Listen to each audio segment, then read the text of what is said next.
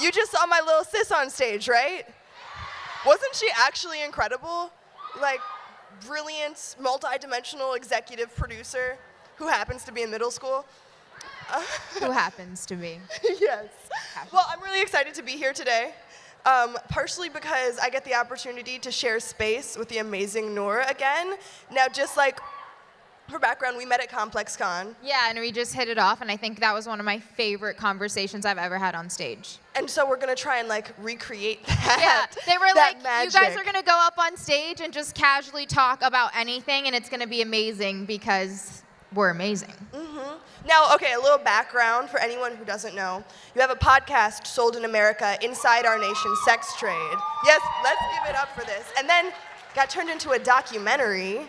Right. So it was a documentary that turned into a podcast. I reversed the order. Yeah. See, I'm a podcast junkie, so podcasts always come first in my mind. To be honest, like, the documentary is great, go watch it, but the podcast was so personal to me because it actually was a personal journey of covering the sex trade. Right. You spent 2 years, right? 2 years, yeah. And how was that, I think, emotionally, intellectually? It's a lot to dive into, but... Yeah, I mean, it was 2 years that started out as being 3 months, and it was like, we're going to spend 3 months doing a documentary on sex trafficking in the United States. And part of why I wanted to focus on the United States is because when people talk about exploitation, we typically think that it's something that happens abroad, and we actually have like a ton of issues here that we don't typically talk about because it's easier for us to close our eyes and just talk about what's going on everywhere else. And then when I started reporting, I realized there's no way that we can talk about sex trafficking without talking about the entire sex trade. And then that turned into an investigation that we spent time traveling across the country and like building trust with different communities who are all a part of this. And you realize we're all a part of the problem and we're all a part of the solution, which you're very familiar with, talking about problems and solutions. So everybody, this is Yara Shahidi. Of course, everybody knows Yara because everyone in this room watches Grownish. And then she also became a director for the first time. Oh, yeah. She has a short film called X, which everyone in this room has to go watch. But can we just talk about the fact that you're a director? Yeah, it was so exciting. And the thing is, I've always known that I want to be a creative, but I was never tied to how I was going to create. Like, I was never tied to, is it going to be in front of the camera or behind the camera? Is it going to be in production? But directing was so much fun because I have really, just like to preface, I have really dramatic dreams. Like my dreams, I'll be like slow pan across the foyer of my yard. Like while you're asleep. Yes. I'll be like my a gosh, wide me zoom. too. I'll do a 2-shot on 2 of the characters here. And so to actually be able to bring that to life in a project like X was so special because we were discussing a couple things. It's actually loosely based off of a podcast.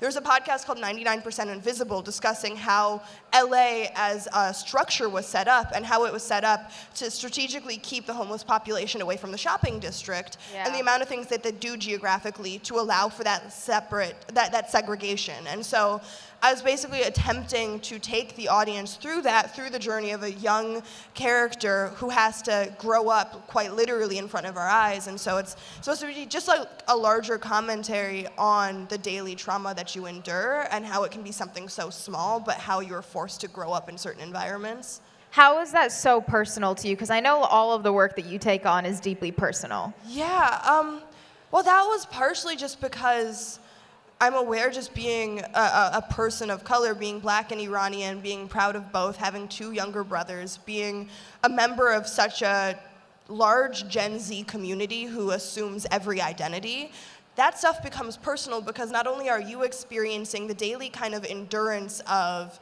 just having to get through the day, the amount of things that you're expected to endure and grow from rather than being actually allowed to say, this is stressful for me. This is a lot. I shouldn't have to be able to take this on at such a young age. It was supposed to really illuminate that kind of daily struggle that so many times majority culture doesn't know, because at the end of the day, the conversation was, what is it like when you are constantly occupying space you have no ownership of? That is incredible. That's a brilliant line. Can you repeat that for everybody so that they can all pay attention to hear exactly what you just said? Yeah, no, it's that It's a commentary on what it's like to occupy a space that is white-owned and white-made, and therefore you have no semblance of ownership over where you maneuver in the world. So that's, I think that is incredibly brave to put yourself in a space where you're putting stories like that on a bigger platform and being able to own certain narratives and then truly pass the mic to other people. And I think that that's so important to the work that I do, and I know that that's so important to the work that you do. I mean, so even in Grownish, I feel like you really see, yourself as a person and also as a character, but you're able to properly articulate like what that narrative and what that life actually looks like. But growing up, did you feel like you were truly and properly represented when you watched television shows? What's funny is I actually did not and still do not watch much television. Honestly, I'm a podcast person. I love books. TV was off Monday through Friday in our house, and I watched probably like an hour on Saturdays. But what my parents did was basically create a supplementary curricula for me, in that what I was intaking were African folklore. I remember one project, we were shooting in Denver, and so we decided to take time to learn about the native population in Denver. But I remember the Cinderella, I didn't have Hans Christian Andersen's Cinderella. I had the African Cinderella, I had Persian Cinderella, I had Korean Cinderella, and I'd collect like different Cinderella stories from around the world. But you have to tell us how they were different. It was basically like each one, it's hard to tell details other than like each one was steeped in another level of cultural competency of like it was the certain traditions or the details were changed because you're taking place in another culture. And that stuff was so normalized for me because I think I went through the world being like, well, of course I can accomplish this because I see the people in my books do it. I had a great privilege of coming from a really academic family, a family that's really socially engaged, and so I had that example literally right in front of me to say, here are people that are constantly pushing past boundaries. And so for that reason, I'd have to say I'm really grateful for my lack of TV consumption, because it wasn't until I hit 13 and I realized that so few people, including myself, get to see yourself on a large screen. And because books are what informed my narrative, I was able to live a certain life in which my realm of possibility was endless. Yeah. Whereas if you're intaking media, and media is what defines what is normal, there's a constant pressure, there's a constant presence, and I think we both talk about this so often, to affirm and reaffirm to you that you are not normal, that you are to Exactly. I mean, for me personally, like I grew up and I was surrounded by people that didn't look anything like me.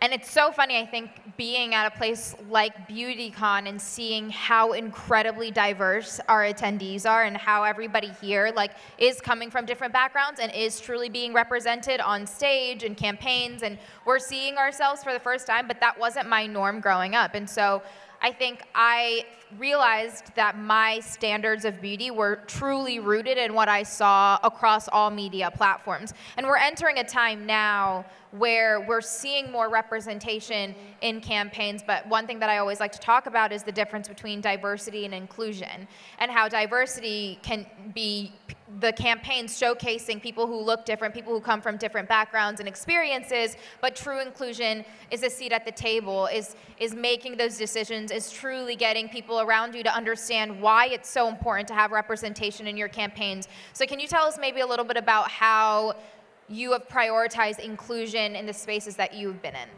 Well, it's been, first and foremost, selfishly, I have a family that ranges in all colors of brown from all places in the world, and so it behooves me to take care of my family and then extend to my global community to say these people, these places, these stories deserve to be told. And to your point, it's been about making infrastructural change. I think so many times what we see is inclusion or diversity as a trend of it's really trendy right now to see a lot of faces. It's really trendy right now to look at different people's backgrounds and stories, but then to your point, when you look at that company's mission statement, are they actually intentionally reaching out to you as an audience or a customer?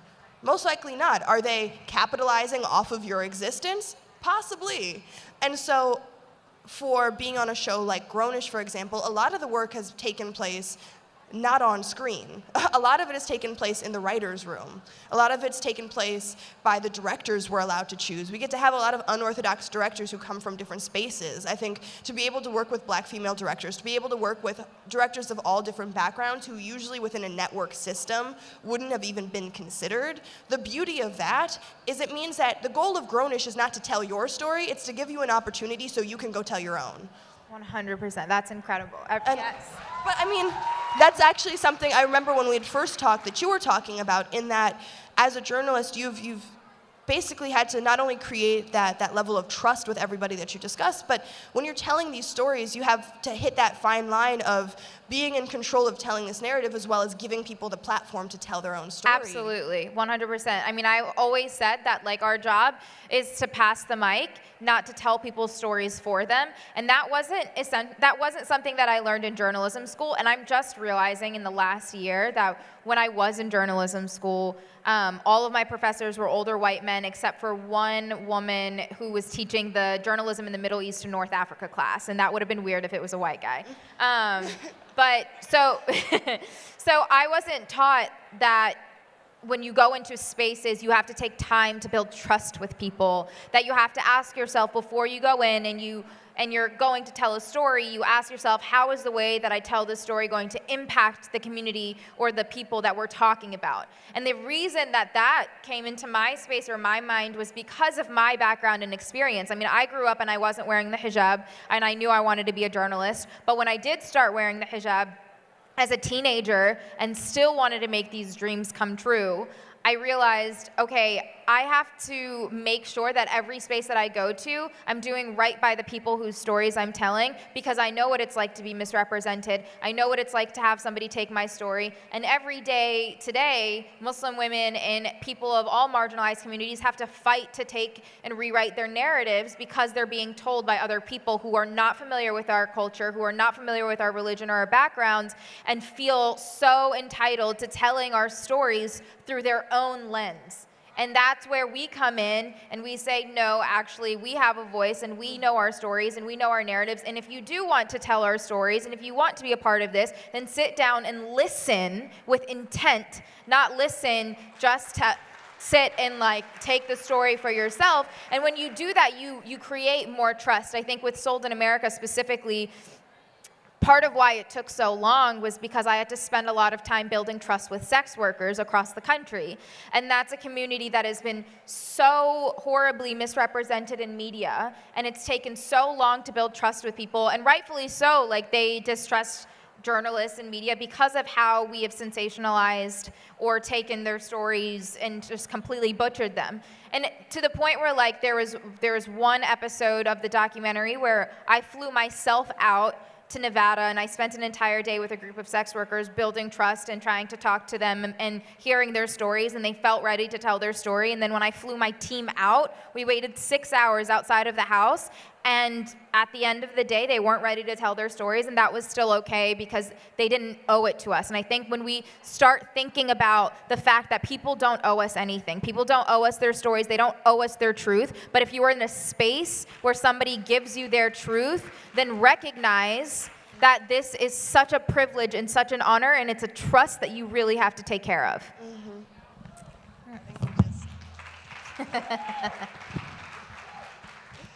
So, we're like having this catch-up session. I haven't seen Yara since ComplexCon. So I'm like, okay, I feel like you've been all over. Can you tell us something that you're so excited about this week?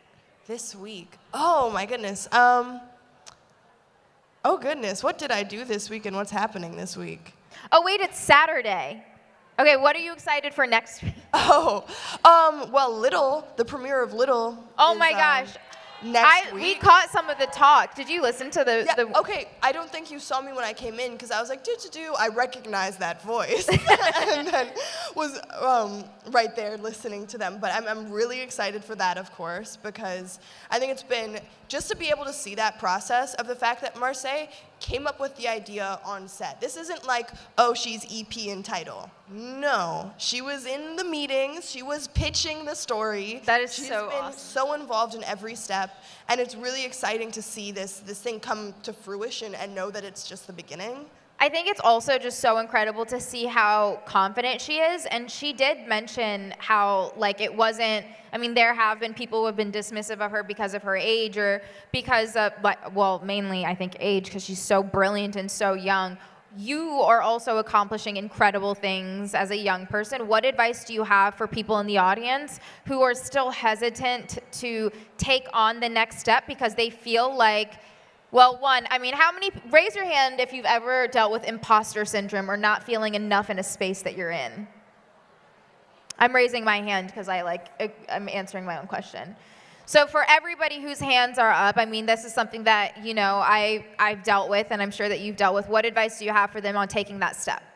Well, I mean, first and foremost, I think we have to acknowledge that everyone comes in with their own experience, and oftentimes I see the flaw in giving advice is that I will act as though everyone comes from the same experience that I have or comes from the same set. So many times, even when we talk about social engagement, when there is, whether it's a white feminist lens or a lens that is inherently non-inclusive, and that can be so many different lenses, we give advice as though we have the same levels of privilege or safety, ignoring the fact that there are realities to being a woman of color. There's realities to being an immigrant, of being the LGBTQ plus community, of being neuroatypical. There's so many things that we deal with on a daily basis. And so I guess the advice that I would feel comfortable giving would be more so to find your support network, because it's always important to have that tribe to turn to process the day, to remind you that you aren't going crazy, because I think we constantly, if you are of any sort of minority group, feel as though the ground that you're walking on is moving from under you. And that's something that we deal with on a regular basis, of people, like the reason you have imposter syndrome is because people told you you weren't supposed to be there. And so the importance of a support network for me has been to remind you that, one, you're worthy of not only existing and surviving, but you're worthy of thriving. You're worthy of the ability to move into every space and know that you are supposed to be there, not because you hit one random criterion, but because you exist in this world and you care about the world. Exactly, 100%. I mean, what about for you, too? Because when you talk about infrastructures, moving into a journalism infrastructure, that's something that's infamously kind of had one sort of narrative or has intentionally kept out other narratives. So how have you moved into that space? So it's so funny that you say that, because recently one of my mentors, who is an older white guy, and he kind of took me on as a mentor before I had even started journalism school. And I remember the thing that he said to me that I will never, ever, ever, ever forget is, I want to train you to be so good at what you do that no one can ever say no to you because of your skill set. So one, if you are a part of a minority community, I think that it's really important to know that, I mean, yes, we have to work a million times harder, but for me, like, I don't know if I would have been as great of a journalist as I am today had I not had to go through the trials and tribulations of making sure that my identity was still able to make it into those newsrooms. And it wasn't always able to make it into those rooms. I mean, I had been turned away so many times, and I had had jobs that, like, were, even when they were given to me, I was still asked to fit into a box that wasn't me. And I was like, well, then why did you hire me to begin with? Right. And there's this misunderstanding, I think, especially when it comes to telling stories and being truly objective on what that means. And I think it's really privileged to say that you should be 100% objective across stories and the way that you cover stories, because the people who typically say that are people who don't understand that their own privilege of what stories are worthy enough to put on screen is in itself a bias. So if you're in the newsroom and you're a news director and I pitch a story, which I have, of a minority community that was going through an issue that I thought was really important, and they were like, I don't think that that's something for our news, and it's because they don't understand that experience, or they've never had to deal with that. That in itself is not being objective. Yeah. So for me, I kind of had to pave my own path and say, okay, where are my strengths, and what are the stories that I'm, like, most fit to cover that aren't being covered. And it wasn't until the murder of Freddie Gray in Baltimore, April 2015, where I had access to a story that nobody else had access to. And the reason that my videographer, who was a young black woman, and I both got that story was because of who we were and because people trusted us enough to tell those stories. And after that, I basically quit my job, and I was like, I know exactly where I'm supposed to be, and I know where I'm supposed to go. I don't know where it's going to take me, but I know if I share these truths, and I know if I put myself in these communities and spend time building trust, that it's going to be more beneficial in the long run, and that it serves a sense of justice to people who have constantly been misrepresented.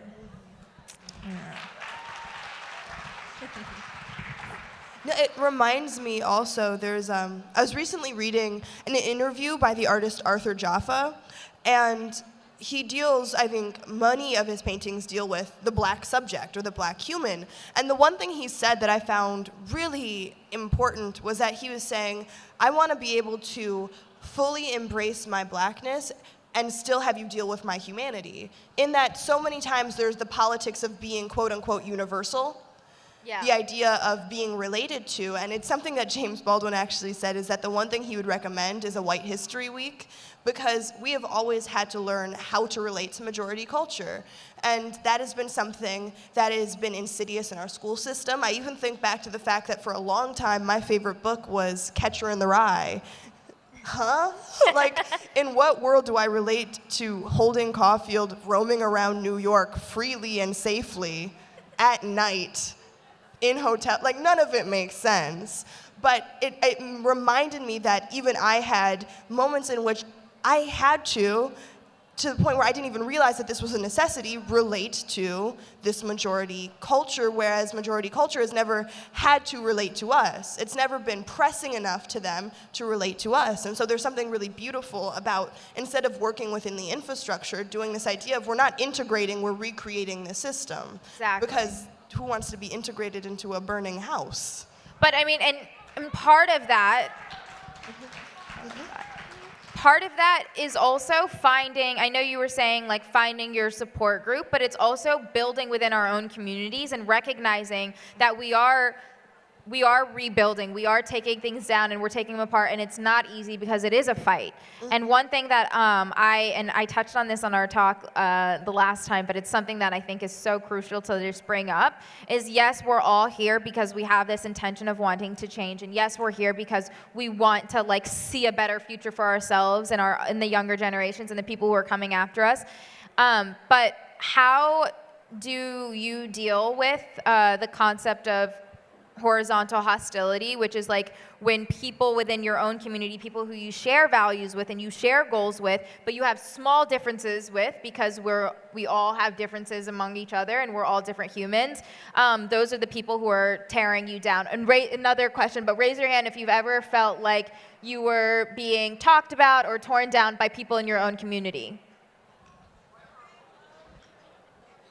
So when the people who are supposed to be supporting, the people that you have that common goal with, how do you learn to build with them, and how do you facilitate those conversations? Well, I think for me it's always, and I know we have literally 31 seconds, oh goodness. Well, I think for me it's always been about historicizing it, in that as a complete nerd, I look back to the civil rights movement, and I look back to the idea that there were Garveyists, and there were people that followed Dr. King, there were people that followed Malcolm X, there were people that followed Baldwin, there were people that followed Sidney Poitier. And the thing that impressed upon me was that you're supposed to be different. There is an entire reason as to why we are not the same person, because our work would be redundant if we were doing the same thing. And so I think first and foremost, acknowledging our differences as an actual tool for change, because there would be no point in being a complete copy of one another. And then in that, it's been about how do you have constructive conversation?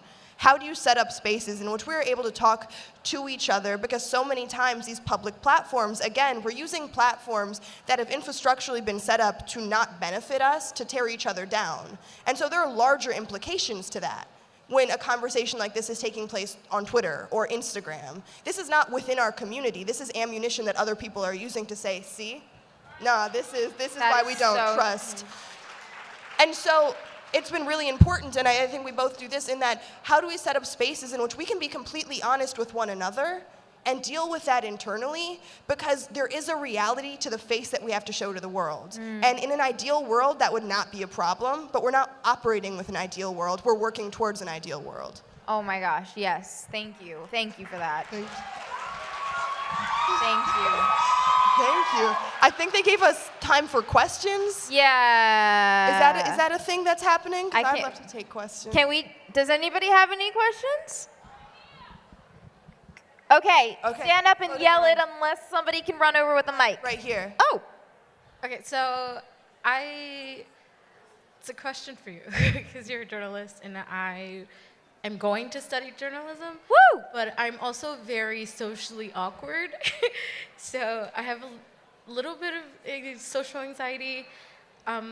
So to someone like me, what would be your advice to be able to find your voice? Whew. Well, congratulations, first of all. I mean, we need more journalists like you. I think your honesty is really important, and I think that that's also something that needs to, makes people more comfortable, just being honest about that. But for me, even when I've, felt nervous about going into an interview or talking to people or how to handle just my own insecurities about this, it's a matter of recognizing that you being your most authentic self and being vulnerable in the moment, and making sure that whenever you go into a story, there is a mutual exchange, that you will get more out of the person when you're honest about yourself too.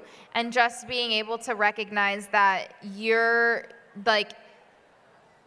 if you're going to be a journalist, you have to really love telling stories, because it isn't an easy job. And your love for that and your love for service through telling stories is just so important. So I would just embrace that you're doing it for something that's bigger than yourself, and finding your voice to really comes from just honing in on your own truth. So if that's something that you're struggling with, I think that that's something that you use to connect with other people.